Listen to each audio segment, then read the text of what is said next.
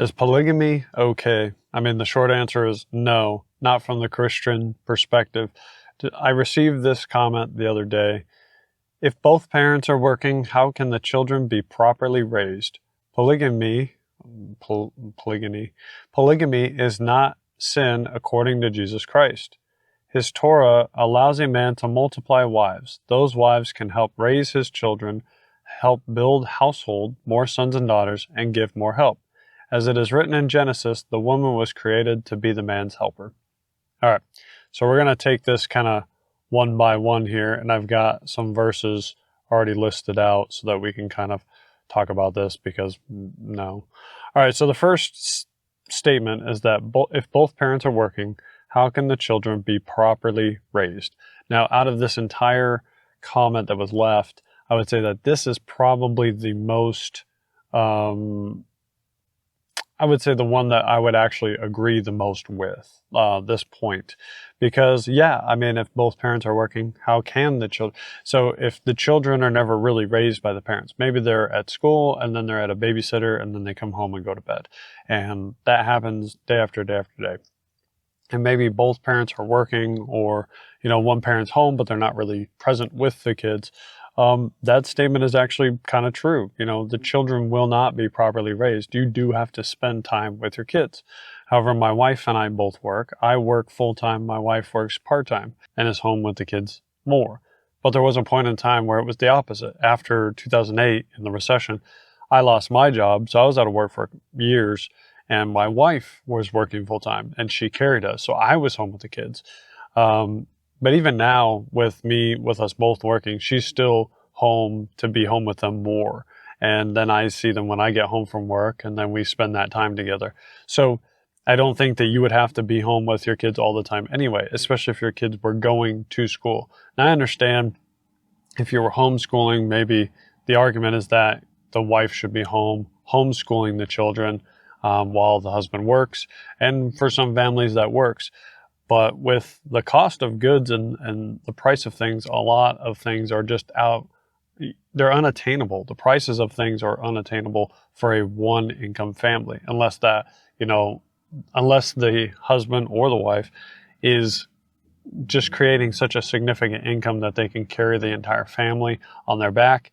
It's just almost not feasible. So this point, it makes a good point, but at the same time, it's not ideal for every situation for the one parent to be home, especially the woman. It's just not feasible in a lot of situations nowadays. Now, I'm not excusing it, and I'm not saying that might not have been the ideal structure for a long time, but it's not feasible now. All right, polygamy is not a sin according to Jesus Christ. Where does Jesus say that that's okay? Like, I don't remember any verse in the Bible where Jesus is allowing polygamy.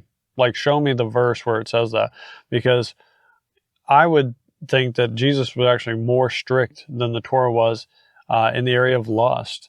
Because initially in the Torah, it was, if they committed adultery, then they were guilty of sin. But Jesus says if you even look lustfully at someone, you've committed, sin in your heart. So if we're taking that route, then if you're already married and you're looking at someone else lustfully, maybe you wanted to marry them or invite them into your marriage, into your relationship, you're in the wrong. You're in the wrong because you're already looking at them lustfully. And you might say, well, I want to talk to them, or, maybe it would develop just over time, or maybe it's arranged, right? So I know that arranged marriages are still a thing nowadays. But a lot of the people who are in the Bible that had multiple wives, it wasn't just because they were all arranged, right? It's just not how it happened. So I don't know where the argument is that Jesus allowed polygamy. In fact, sexual immorality is spoken against multiple times, and that would be a form of it. Now, we're going to get into the verses specifically in a minute. But no, I mean, there's no... Show me the verse where Jesus says that polygamy is okay. Just show it to me. If you can't produce it, then you can't make the argument, because then it's an argument from silence, right? So it doesn't make any sense. All right, then it says, his Torah allows a man to multiply wives. Those wives can help raise his children and help build the household with more sons and daughters and give more help. Again, where does the Torah say that they should have multiple wives? From the beginning, God's intention was one man with one woman. That was it from the beginning, from Genesis.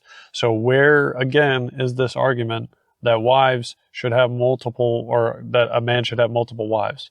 Because a lot of the people who tend to do this are the extremists. They're the ones that are they're kind of trying to take things in their own hands and, understand text a certain way to manipulate and get what they want out of it. But it doesn't make any sense, right? So think about this. It only takes one man and one woman to have a child, right? Not one man and multiple women to have one child. It's one man and one woman. And we'll get into why. Actually, I'll just talk about it now.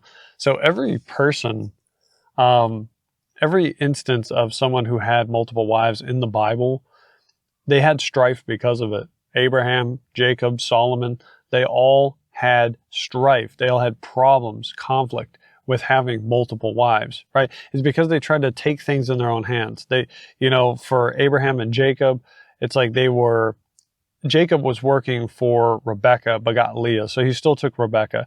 And you could say, okay, well, 2 wives, he was tricked.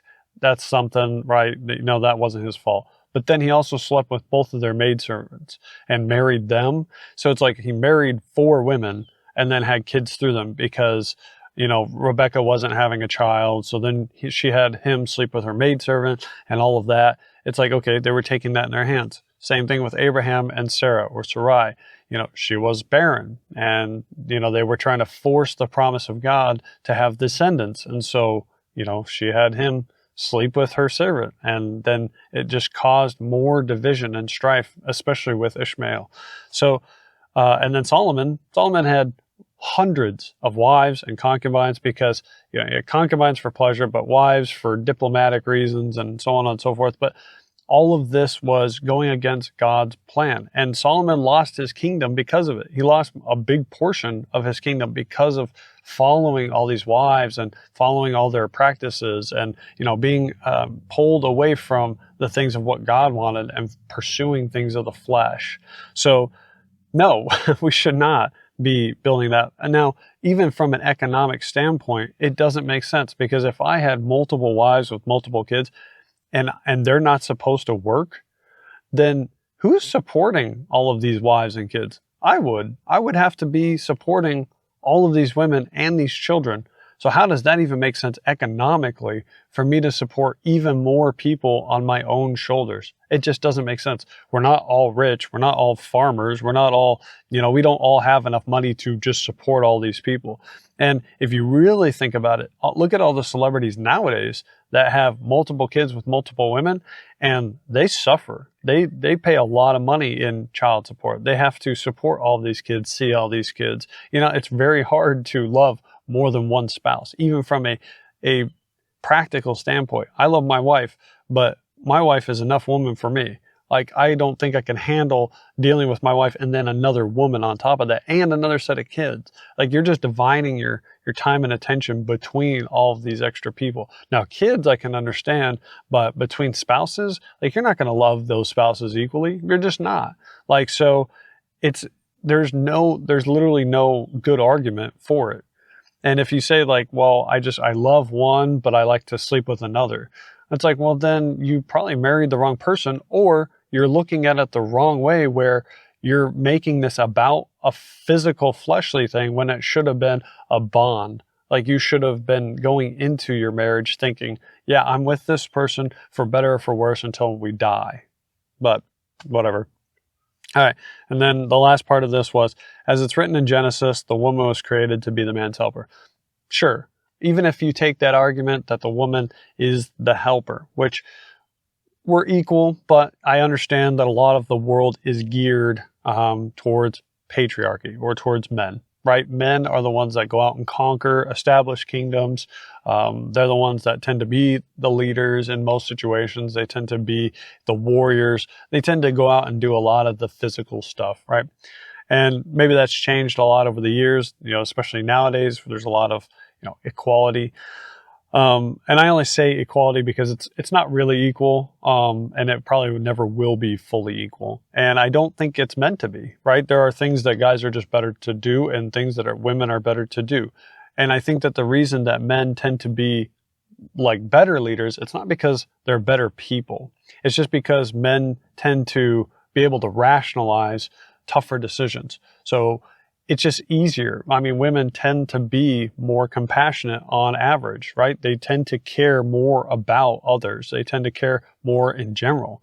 Guys can kind of compartmentalize things, right? We could probably murder someone and then rationalize it in our head and not show it as much. You know, a lot more serial killers are guys. A lot more politicians are guys. You know, I think there's just something to be said about the fact that men are able to kind of swallow more difficult things and not allow it to affect them as much. And that's actually not necessarily a good thing. I'm not defending it. I'm just saying that tends to happen. But we also tend to be physically bigger, tend to physically be stronger, or, you know, more adept to physical activities. So I think there's just a reason for it. So not that men are greater than women. It's just that men are suited for other things that women tend not to be. Again, it's for the most part. Of course, there's always exceptions to the rule. There's always going to be those select few that don't fit that mold, always, right? And people want to cling to that, but that's not the majority, and we all know it. All right, so moving into some of the verses. I'm going to give you 5 verses, and they all kind of lead towards not polygamy not being okay. Genesis 2:24. This is why a man leaves his father and mother and is united to his wife, and they become one flesh. So this foundational verse on marriage emphasizes the union of one man and woman becoming one flesh. It doesn't say man and woman. Doesn't say man and man. Doesn't say anything beyond that, right? So that argument that in the Torah it allows it, no. Even the certificates of divorce doesn't make any sense. And I know there's a verse about marrying sisters, but a lot of people read that the wrong way. It's like you should not marry sisters, right? So you should marry one person and then someone else from a different family. No, what they're saying is you should not marry sisters consecutively. So you should not marry a sister and then if she passes, marry her sister again. It's probably just not good to do that. However, it is done in the Bible. So again, a lot of the examples that we have in the Bible of people doing it are to show us what happens when you go against God's plan. God did not intend for people to be polygamous or polyamorous. All right, next we have Matthew 19:4-6. Haven't you read, he replied, that at the beginning the Creator made them male and female and said, for this reason, a man will leave his father and mother and be united to his wife, and the two will become one flesh. Just reiterating that same verse. So they are no longer two, but one flesh. Therefore, what God has joined together, let no one separate.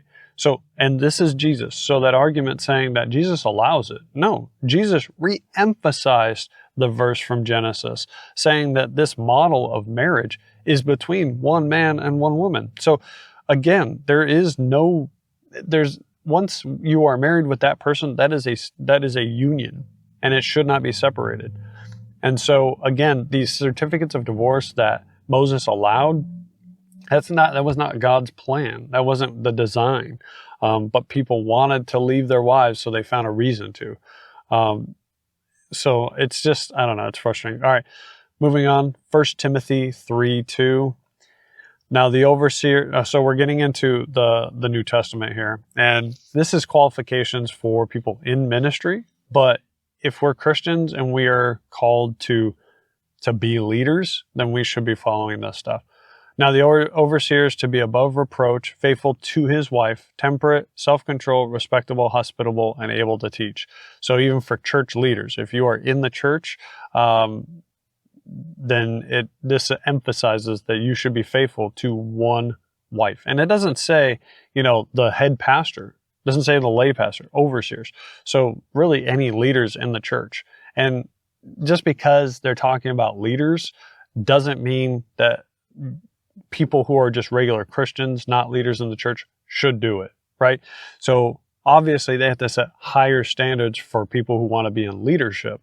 But that doesn't mean that if you're not in leadership, you should just go ahead and do it anyway. All right, next is Titus 1:6. An elder must be blameless, faithful to his wife, a man whose children believe and are not open to the charge of being wild and disobedient. Again, just kind of reemphasizes this qualification for leaders to be married to one person in the church. All right, last we have Ephesians 5:31. For this reason, a man will leave his father and mother and be united to his wife, and the two will become one flesh. Again, echoing Genesis 2:24. So Paul is just reemphasizing the idea of monogamous marriage. So both Jesus and Paul have referenced Genesis 2:24, echoing the same sentiment. So, we leave our parents to be united to one wife. And then that's pretty much all I got for the verses. I'll just end in this. Like, as far as raising children, right? It looks different for everyone. So to try to put everyone into one mold where the wife is always at home and the husband is working and that's how it should be for everyone, that just doesn't work for everyone, unfortunately. And my wife and I are an example of that. Now, I'm not saying it's wrong if you do that, but I'm not saying you can prescribe that to everyone. Homeschooling is not mentioned in the Bible, so you really can't make that argument. As far as sleeping with other people or being married to multiple people, no, it's not, there's no evidence in the Bible to support that we should do that. Like, show me the verses where it says that we should do that. And I'm not saying twisted verses that are isolated that try to prove it. No, show me where it says specifically that you are okay to marry multiple people. Show me that. Because all of the people in the Bible who did that had problems. There's reasons why it doesn't work, right? It just doesn't work. And then lastly, kind of just talking about this idea that the women are just a helper. No. I mean, women, yes. In the grand scheme of things, yes, the Bible is very male-oriented, right? And there are things that the Bible specifies for men as opposed to women, but that doesn't make them less than. That doesn't mean that they shouldn't ever work. It doesn't mean that they, shouldn't do certain things that, maybe we try to put them into a pigeonhole of. So I do think that, maybe ideally, the woman would be home all the time, right? Maybe ideally, but it just doesn't work for every family, unfortunately. And God knows that. So, and if you're trying to raise your kids up in the Lord, if you're, spending that time with them, you're teaching about God, you're disciplining them and you're showing them what true love looks like, then God is probably going to honor that. I mean, obviously I can't speak for everyone's situation, but God knows your situation. So I don't know. That's it. I just wanted to kind of reply to that comment and give my thoughts, but that's about it. See ya.